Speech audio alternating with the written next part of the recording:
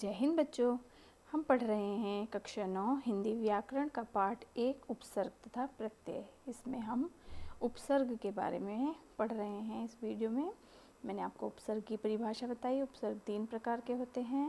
इसमें से संस्कृत के उपसर्ग हम पढ़ चुके हैं। अब आइए जानते हैं तद्भव उपसर्ग, हिंदी के उपसर्ग।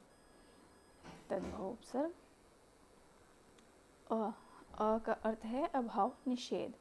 तो इसमें मूल शब्द में हमने अ जोड़ दिया तो बन गया अमर और चेत, अचेत, अतः, अछूत। ठीक है। अध, अध का अर्थ है आधा, अध कचरा, अधमरा, अधपका, अध जला। अन, अन का अर्थ है अभाव, निषेध, अनबन, अनजान, अनहोनी, अनबोल, अनमोल, अनपढ़। उन, उनका अर्थ है कम, 39, 59, 29 और 49। और ये अ संस्कृत के अ उपसर्ग से विकसित हुआ है। इसका अर्थ है रहित। तो अगुण और अघट या अवतार या अवगत। क और कु का अर्थ है बुरा। तो कुपूत, कुचाल, कुसंग, कुघड़ी। और हैं ये संख्या में 13 होते हैं।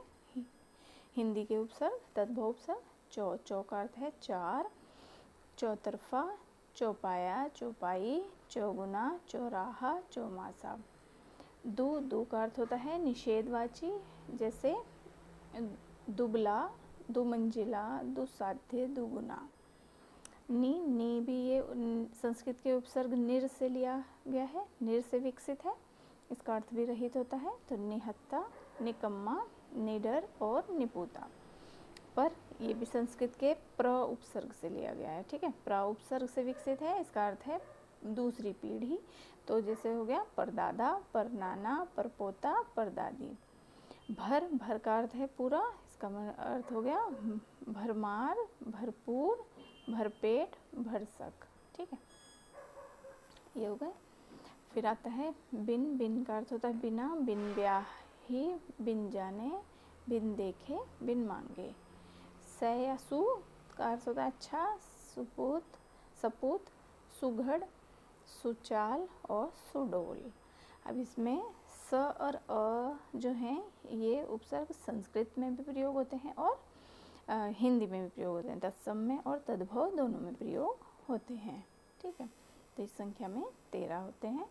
फिर तीसरे नंबर पे आता है आपका आगत विदेशी उपसर्ग, या क्या कहते हैं इनको, उर्दू के उपसर्ग भी कहते हैं और विदेशी उपसर्ग हो गए ये। तो इसमें आ गया हिंदी भाषा से जो उपसर्ग, हिंदी भाषाओं से जो उपसर्ग, विदेशी भाषाओं से जो उपसर्ग हिंदी में आए हैं उन्हें आगत उपसर्ग कहते हैं। इसमें अरबी, फारसी, अंग्रेजी भाषाओं के उपसर्ग प्रयोग होते हैं। जैसे ये जैसे हैं एन ठीक, पूरा, एन वक्त, एन मौका।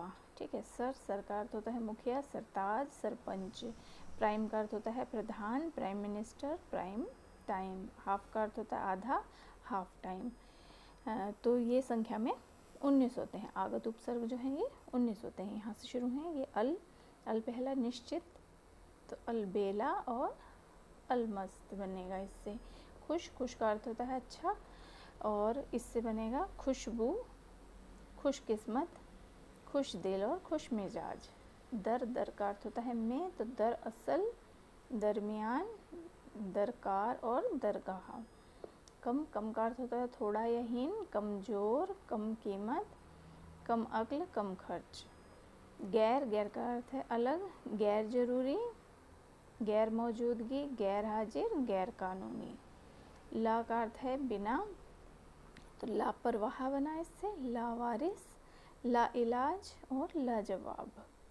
ठीक है, ये बन गए आपके इससे शब्द। ये उपसर्ग ब उपसर्ग है। इसका अर्थ होता है के साथ। तो बखूबी, बदौलत, बगैर और बदनाम, बनाम।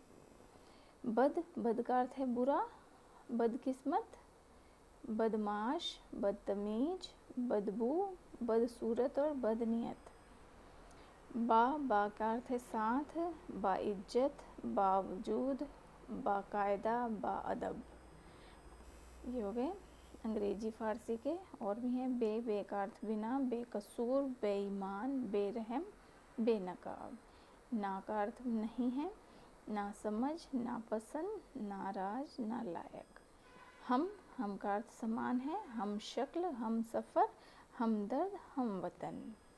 हर का अर्थ है प्रत्येक, हर रोज़, हर साल, हर पल, हर दिन। तो ये आपके अंग्रेजी और फारसी के उपसर्ग हो गए। अब आते हैं आपके अंग्रेजी के उपसर्ग। इसमें आता है चीफ। चीफ का अर्थ होता है प्रमुख, तो चीफ मिनिस्टर, चीफ सेक्रेटरी और chief justice. General, general, general का अर्थ होता है प्रधान, तो जनरल मैनेजर और जनरल सेक्रेटरी।